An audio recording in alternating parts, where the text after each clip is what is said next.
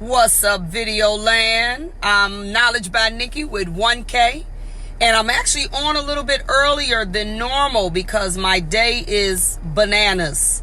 So I want to kind of get this in, and we only have about a half hour, guys. So I want to continue talking to you all about what makes a good coach. That's what we've been talking about all week and last week, guys. And I'll start off by saying, like I've said every day for the last almost 2 weeks, it's this new thing, I think, that people are like, oh, I want to be a coach. Oh, I want to help somebody else navigate through their lives and what they're trying to do and all these other things that they say. So I am asked, this is probably the single most question or number one question that I've been asked is, how do I get to be a coach? How do I do that? And I've said it 1,000 times. I'll say it 1,000 more. My response is always the same. Why do you want to be a coach? Why do you want to help somebody else navigate through their lives and get to their best self? And again, it never ceases to amaze me, the answers that I get. So if you all are new today and it's first time you're hearing about me talk about this, I'm going through the 15 characteristics of what makes a good coach. That's what this is. So if you want to be a coach, you got to go back, listen to the video all the way back through last week to catch up. But today, because I don't have a lot of time, we're going to be talking about 9, 10, and 11. And again, after I ask that question, which is what I was saying, I get all these random answers. But let me tell you what I'm looking for. I'm looking for an answer that has nothing to do with you. It has nothing to do with, well, people are always asking me what it is that I should, where they should go and what they should do. And they're always asking me for advice. So they're always asking me for my opinion and me. And the thing that I tell them after they get through with their whole spiel of why they think they need to be a coach, I say really nicely and as filtered as I can possibly be, you ain't ready. Because if you think coaching is about you, then you already are not even mentally prepared to go into what you think you're about to do.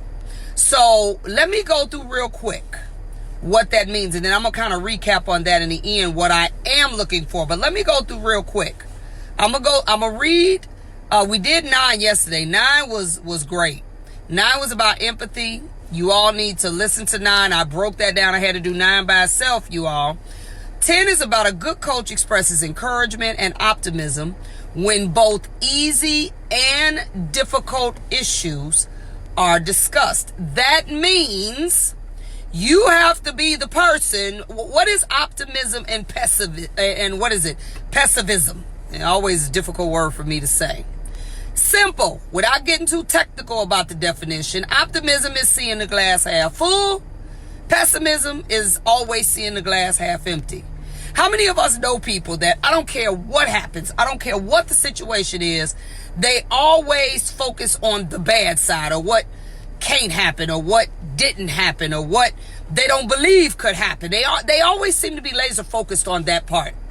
Pessimism is the person that even when the situation is totally haywire and totally just off the Richter scale, they always find a little glimmer of light. Well, look at it like this. It was a teachable moment. Now you know what not to do. And these are the things. Like, let me give you an example. If somebody, I'll take money because I teach financial planning. So I'll take that.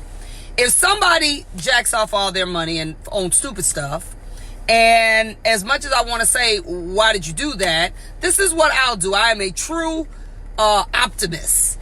I'll say, well, and let's say something bad came out of it. Let's say they spent all this money they didn't have, or I'll give you even better than that. I got people that open salons, jump off the bridge, jump off the cliff, not the bridge, the cliff, the side of the mountain, ain't even thought about, oh Lord, I ain't got no parachute, and I'm over the water, and I ain't got no raft, I ain't got no life jacket, I ain't got no nothing.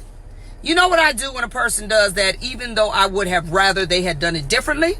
First thing I'll say, well, I'll tell you what, you ain't crashed yet, so let's learn how to fly. Let's learn how to spread these wings while you in flight, and let's learn how to do stuff. Let's learn how to breathe. Let's learn how. I tell you what, you out here now.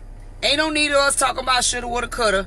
Let's fix it. Let's learn what not to do the next time. It's a teachable moment. Okay, you did this. Let's do this differently. Let's maybe next time, let's take what we have. Let's see if we can kind of restructure it. Even though it's not a lot, we're going to restructure it. If that means we have to find other ways of getting money and let's get into maybe finding out how we can leverage what you have, which I'm very big on that, and not subsequently adding more money out of your pocket to the pot. I'm always looking for a way, even in the worst of situations, to help people not feel awful. Because when you feel bad and you feel like I done made this mistake, if you don't be careful, you can browbeat yourself to the point where now you become paralyzed. At the end of the day, you still got to do something. So I'm the person that's always trying to find the bright little light within this darkness, and that's what true optimists do. But if you're a person that all you can say is, well, you know what, I don't know what you did that for, and now look at you, now you got this going on, now that's going to potentially mess up that, and who needs to hear that when they've already made a mistake? Nobody need to hear that. We know that, okay? So not 10 actually reflects a good coach is one that even in difficult situations, even when you told them not to do it, even when they just defied everything that everybody said, even beyond you, you still have to find a way to be optimistic about the situation and give them a glimmer of hope. Okay, so if you yourself cannot do that in your own life, I don't know how you're going to do it in nobody else's, but that is the 10th characteristic of a good coach. This is the one that I actually probably just got serious about in the last maybe year and a half of my coaching. Listen to this, y'all. A good coach directly, you see how I'm looking at y'all? Directly asks for a commitment to the solutions that have been agreed upon. Now, I have always been one that has said things like, okay, so I'm going to do my part, you're going to do yours, right? But not with the intensity that I do now. Because that wasn't enough, I found, for some people. You can't just, that blanket statement, okay, I'm going to do my part, you do it. That doesn't work. Once you learn a person's character and you learn how raw you can be with them and how to the point you can be with them, you have to literally say, if you don't do what you supposed to do, ain't none of this gonna work. And don't blame me for it not working. I'm gonna commit to my part. Now your part is this, and I've learned you gotta give them deadlines, you gotta give them accountability situations and consequences for potentially what can happen if they don't. You almost gotta threaten them, guys. And I don't mean that literally, but a little bit I do. You have to really be stern and flat-footed on, if we're going to do this, there's gonna be some requirements for you. You are gonna have to be committed to doing X, Y, Z, this, that, and the other. And I've always said it in one way or another, but not quite like I do now. I come in the door now like, if you ain't gonna do what you supposed to do, don't expect this to work. I come in like that now because I have learned from coaching now formally for many years that if you don't, we are creatures of habit. We will fall right back into that old way of doing stuff and then subsequently not do anything different. And the reason also I've learned that we do that is because a lot of people reaching out to get coaches, to get help, it's an emotional decision. They're in a rut. They're like, oh my God, I'm going to lose my shop and I'm this and that. And now what am I going to do? And a lot of it is not that they've actually really turned the corner. A lot of it is that they're just in an emotional space. You've caught them in an emotional space and they want this, that, and the other, but they really haven't shifted yet. And I'll give you an example of that. I got a bunch of women on here, so y'all know what I'm talking about. You could have a man in your life And you could say 1,000 times that you know that joker needs to be dismissed. You could say, I'm sick of him, I'm tired, and you could know that that really is what you need to do. But something different happens when you actually commit to doing it. First of all, you don't even really talk about it. You just start doing stuff. You just start acting. I have learned now that people that are serious, this is what I do in the first 30 days of coaching now. When I want to see how serious you are, I give you these assignments in the first 30 days to see if you at that point where you ready to leave that joker, that bad part of your life or your business that ain't working. In those first 30 days, if you can't do these 4 assignments that probably take all of an hour, if you put it all together, if for you to do, then I know you ain't serious. I know you ain't gonna do nothing else. And I tell people, and it says it in the contract, this is a probationary period, 30 days. If you don't do 1, 2, 3, and 4 within 30 days, they have to put a deposit down. 50% of your deposit is for basically wasting my time, and we ain't gonna go no further. For what? If you can't do this in 30 days, I know you ain't ready. Because the stuff I'm asking you to do is nothing. It ain't even serious. This is something I started implementing probably within the last maybe 12 to 18 months. Because I'm not interested in taking your money and wasting your time and mine. I'm not interested in it. I'm not interested in having a conversation with you every month about what's gonna happen, and you ain't, or you coming up with some new something and you ain't did the last something. So it is very, very necessary that number 11, that a good coach directly, in however it is, whatever that means for you, everybody's personality is different, directly asks and requires a commitment to solutions that have been agreed upon. Okay? So if you all come to my coaching call, which I told y'all is in the big, beautiful mansion in Atlanta, if you go on the forum site link, which is right in the heading of this, you'll be able to see and get some details on where it is. If you want more questions to be answered, then you can hit the number 800-580-8074 and ask me some more about it. But that has to be real talk. Because let me tell you, if some of you all are already coaching, or if some of you are thinking about this, let me tell you what'll happen. Because people ain't never honest. If you don't get that agreed upon in the beginning, what'll happen is they'll do nothing, and then you'll take their money for whatever the term of the contract is, especially if it's non-cancelable, and then they'll tell the whole world that they paid you all this money and you did nothing, when you and them know that's not the truth. So be careful, and I've had to learn that the hard way. Be careful about miscommunicating or being vague about what needs to happen in the beginning, because if you do, you can risk your reputation as a coach, and you might be a good coach in every other area, but this may be the one little area that you don't do so good in, is being specific about what's required. I have learned that. Thank God none of it has ever hurt my business, but I have learned enough to know that I needed to be more specific. Number 12, guys, because I ain't got long today. A good coach. Now, this is where I told y'all yesterday, another one where the rubber meets the road. The one yesterday, which is about empathy, which is really where the rubber meets the road. You kill your whole coaching if you don't get that. But this one is important too. A good coach provides the resources, authority, training, and support necessary for others to carry out solutions. Let me tell you what if you want to make my blood boil, I can't stand when nobody does this to me, what I'm about to say, and I would never do it to anybody else. If you go to someone, whether you're coaching or just talking to them, and they have a problem and you see the problem, you should never go to anyone expressing or browbeating them, or however you want to, whatever adjective you want to use about it, describing a problem without a solution.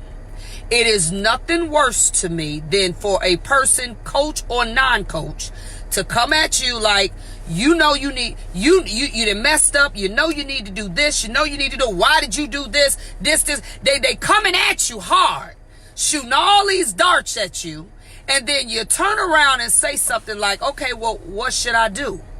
What do you think I should do? And they ain't got no answers for you. If you have not come up with a solution that is as passionate about you coming at them about the problem, then keep your mouth shut. People don't need to hear about what they already know unless you also are coming behind it with a way to fix it. And I have seen many coaches, and this is why I believe, now this is my opinion now, I believe a lot of people just like telling people what to do. They have a natural sense of criticism, or they just love what I call belittling, or what is the word, being condescending to people. So they love, and they do it in front of people, which is just really the worst. I've seen you salon owners, and I'm diverting for a minute, but I know y'all could understand this.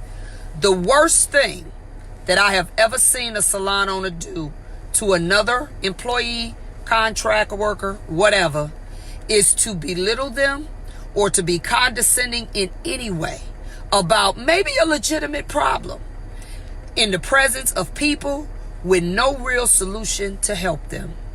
I believe that people that do that, they have no real desire to help you.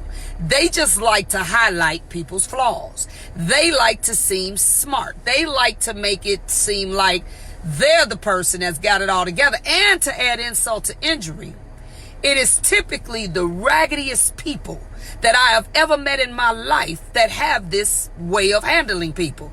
Their stuff is raggedy. Their stuff is so jacked up, and you can't tell them or criticize them about nothing, with or without a solution. But if you want to be a good coach, part of being a good coach is everything you express to them that is something, that a problem, a hiccup, or as my good friend says, it's a little glitch in the matrix. Everything you express to them that is something that needs to be changed, tweaked, fixed, gotten rid of, whatever, you need to also come up with the solutions, the resources, whether that's people that could help them. What I tell you, actually for the last 3 days, that if someone is in need of coaching or help that I believe is out of my lane, they got some stuff that I'm not experienced in that area. I, for years, did not have life coaches and health coaches and all these other people that I could send them to. I felt like I was doing them a disservice because I see that this thing is a problem. But instead of me just telling you, well, you know what, you got some issues. This is what this would be like if I was a coach that did this. Girl, you got some issues. You got some problems that's way bigger than what I can handle. You just need to stop doing this and stop doing that, and just kind of come at them like that, but send them nowhere or give them no solution, a book, a webinar, something, a quote, even something that could actually help them get past that situation. That to me is disheartening. And if you want to be a good coach, that means you're going to have to do some research. A lot of the things that I talked to you all about yesterday about people with different things that I needed to be empathetic to, as far as they weren't raised like me, they haven't had the same experiences as me. These things that made me go like, let me go learn about this kind of stuff. I've had to learn about depression. I've had to learn about anxiety. I've had to learn about stuff that I didn't know I was going to need to know. But it challenged me. It stretched me, because you know what? If a person is suffering with these things and I see that it is hurting their businesses, hurting their personal lives, then I want to know a little bit about it to know at least where I need to send them. Okay, I told a girl I was in Savannah, Georgia. And she came to me really, really timid, and she was just broken. I mean, just like a shattered glass that if you just pushed it, tilted it a little bit, it would have just blown up. And she was talking to me about some issues and all these different things. And I knew what she needed. I could not do. I knew this. I said, you know what? I don't believe that I'm going to be able to help you based off of what you just told me. And she had tears in her eyes when she was telling it to me. I said, but I have someone that I know can help you. I said, let me get their information out my phone. We didn't get a chance to do that at the event, but I called her back later because it was busy. So I couldn't even know where my phone was. So it was busy. And so later on that day, I called her up. I said, make sure you give me your number. I called her up and I said, here's the number. Matter of fact, here's 2 numbers because you may be a better fit for one more than one, for one more than the other one. And these are the people that you need to call. She actually texted me back maybe a month or so after that and said that the person that she told me which one she chose. And she said the person that I gave her really was helping her to get to what she was trying to deal with, get through what she was trying to deal with. So the point I'm making is, if you want to be a good coach, you have to also be the authority. You have to also be the person that can sometimes take charge and provide not only solutions, meaning things that you do know, but you also have to provide the resources. Maybe it's something they need to read. Maybe it's someone else they need to speak to. Maybe it's somewhere they need to go. Maybe, I don't know what it is, but what you don't do is just highlight all these issues and these problems and then don't give them a solution for it. Don't do that, period. Whether you coaching or not, don't you say one word about anybody in a method or in a way that is critiquing them, is criticizing them, is belittling them, is being condescending to them. And let me tell y'all something I want y'all to see. This is one of the number one issues that I have seen that kills salons today, is people criticizing each other, whether it's in each other's faces or behind each other's backs, all this condescending, what I call backroom quarterbacking, and all this stuff that whether you want to admit it or not, is destructive to people, to the business. This is where we got the name about keeping up drama. All of it is a form of gossip. Okay? And gossip kills. I don't care what you all think about it. Gossip kills. I've seen it kill businesses. I've seen it kill marriages. I've seen it kill friendships. I've seen it kill all types of relationships. I have seen this type of critique or highlighting of problems and not really focusing on solutions in a way that is productive. I have seen it kill every aspect of human connection, business, personal, that can exist. Because the bottom line to a coach, and now I'm going to finish off by what I started off by saying, that those of you that think coaching is about you, it ain't about you. When I ask you, if I see you at a show, on the street, wherever, why do you want to coach? What I'm looking for is for you to say something about how you want to be used to help others get to their best self. How you believe that what you have learned, what you have done right, wrong, good, bad, can really help someone else to avoid mistakes, or help someone else to, if they're in the situation, know how to navigate out of it. Or what, it's gotta be about other people. And good coaches that really feel that way about other people, they don't even have the desire to just put people on blast just for the sake of putting them on blast. They don't even naturally operate that way. So if you call yourself wanting to be a good coach, and that is the way you operate, whether you're honest about it or not, then coaching may not be the thing for you. All right. Coaching is nothing more than another form of leadership. It's a different form of leadership that requires experience, requires a sense of compassion, requires a lot of empathy. It requires you to be able to step outside of yourself and see things through another person's view lens. It requires you to have a broader perspective of an understanding that the world works all kind of ways. You're going to have to read something. You're going to have to study some stuff. You're going to have to learn a little bit about how the brain works. I went through a whole series with this class that I took about the right brain, left brain. Right brain is creative, spatial intelligence, all these different types of intelligences that exist on the right brain. And then when you get into the left brain, that's more logistical, strategic, structural systems, things like that. And I had to learn even what side of the brain people function on. Where do you function? Because where you function is actually going to help me know how I need to help you.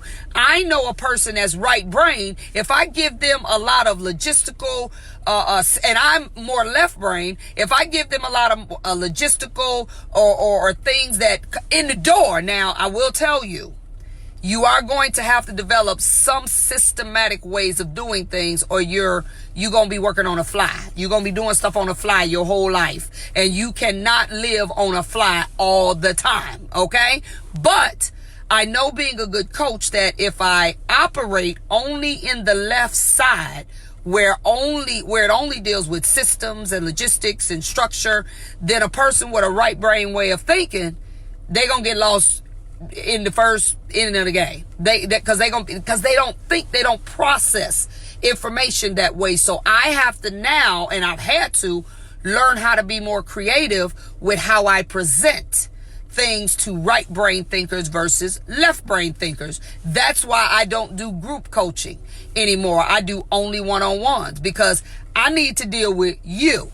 I don't need to have this umbrella way of doing stuff, because it ain't gonna work. I need to deal with you. I need to deal with, if that means we got to play board games, if that means I got to do it in a form of funny videos or whatever it is. I have went the extra mile now to learn about how to coach these different ways of thinking differently, meaning they're different from each other. They may be different from me. This is what a good coach does in order to be effective. All right, guys. So I got to run. I hope y'all got a lot out of that today. That was 10, 11, and 12. Tomorrow is TGIF. It's Friday. And Friday, let me go ahead and give you a precursor to what we're going to talk about tomorrow. So let me tell you about, tomorrow is about 12, 13, and 14. No, I'm sorry. I did 12, right? So tomorrow's about 13, 14, and 15. This is something else. Now listen to this, guys. I had to do this. A good coach offers support and assistance to those he or she is coaching to implement change and achieve desired results. Now, when I say support and assistance, I can support you from the sideline. Assistance means that I got to get in there with you, and I got to actually sometimes do some stuff for you. So let me tell you what I offer with my coaching now. I have a staff. I have an admin. I have a customer liaison that handles everything verbal that people need to talk to somebody. I got foot soldiers. I have social media managers. I have all these different people. And guess what, guys? When you get me, you also get them. Ain't that sweet? I said, you know what? Because these people ain't just here for me. They on salary. So it don't matter. These people you also get to utilize for what you are doing. I know for a fact, a lot of us, the people that I'm coaching, not all, but they're salon workers or salon owners who are still grinding in that salon. Now, me giving you these people, they don't work for you. So don't get it twisted. And I make that clear in the beginning. But the assignments that you've agreed upon doing and the things that we've agreed upon doing together, in the event that you do need some assistance with somebody maybe helping you, getting the information for you, fast tracking it, I don't just say, okay, you need this, and then throw you out there and figure it out. I actually do site visits now. I come to your location instead of me just saying, okay, if you want to do retail, put it on that wall, that wall. No. I will come out, do measurement, space planning, stuff like that, literally assist you with how to communicate. Like, let's say it's retail. I'm just using that for an example. I will communicate with you on how, almost give you a script, a loose script on how you talk to customers, things like this. This is the kind of stuff that I'll do. My admin, if you need to type up price increase letters, you ain't charging enough, you don't even know how to type a price increase letter up, these are the things that I now do. I now have people on my team that we ain't just telling you what to do.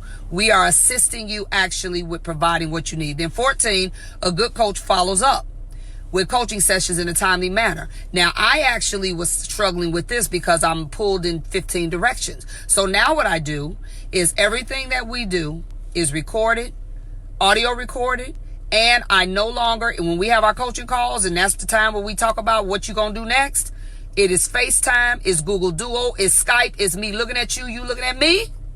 Those calls are recorded. I can actually record that. I'm writing on my iPad through an app called Notepad. In meeting notes, I'm writing them. I done shot you the email. As well as, after that, I will do what's called a reminder video where I do a small video and I say, hey, I'm going to just use the name. I see my girl Nicola is on here. I say, hey, Nicola, You remember now, you got to have XYZ done by this date. So I'm reminding you so you don't forget and get lost in doing hair and trichology and all this other stuff. And I'm just reminding you, I'm keeping you pumped up, girl. You'll get that in a text. Then, before the day to actually have it done, or 2 days before, I will have my assistant give you a call to make sure you're ready. Because ain't no need of us talking and you ain't ready. And you ain't did the last thing. Why are we talking for 90 minutes about nothing? So I have taken the extra step now so that I can keep people on track so that we can make sure that all of this gets done. This in a timely manner, okay? Last but not least, this is the big one, guys. With all that I've talked to you about, now I'm going to go into this more tomorrow, but with all that I've talked to you about, a good coach knows even when things do not turn out as good as expected, they proactively, that means we at the end of the road, coaching is over. Things got better, but they didn't turn out exactly like we expected. It's something called life. And life happens, no matter how good of a coach you are, no matter how good of a coachee you are. When something called life happens, what we don't say is, oh, well, didn't work, sorry. No, what you do, you first off, you want to encourage them to possibly go maybe a couple extra months, 2, 3, 4, whatever, with you in coaching. You'll give them a discounted rate, obviously. Or you want to leave them with an assessment of, since this didn't turn out exactly like we wanted, how about this? Now, this you do written. You do a written assessment of things they can do after the fact. You never just say, oh, well, sorry, these 12 months was wasted, didn't work. All right, so those are the things we're going to talk about tomorrow. I don't want to get too deep into that because we want to leave some nuggets for tomorrow. So, guys, I got to go. Okay, I hope you all enjoyed today. These are, and actually I'm going to kind of recap on everything and then go into that tomorrow too. Friday morning, 9 a.m. Central, I'll be there. And again, it is the 15 characteristics of what makes a good coach. So if you got all 15 of these, then be honest, even if you don't tell me or nobody else that I ain't cut out to do this, but if you don't believe all, not some, all of these things are not part of your makeup, or you cannot cultivate or acquire some of this, then coaching ain't for you. Do something else. All right? So this is Knowledge by Nikki, 1K. Y'all remember now, that's Twitter, Instagram, Facebook. What's the rest of them out there? Email, which is Knowledge by Nikki Gmail. Website, knowledgebynikki.com. 1K. Y'all put more K's in my name, you're not going to find me. All right? So I'll see you all tomorrow. Enjoy your Thursday.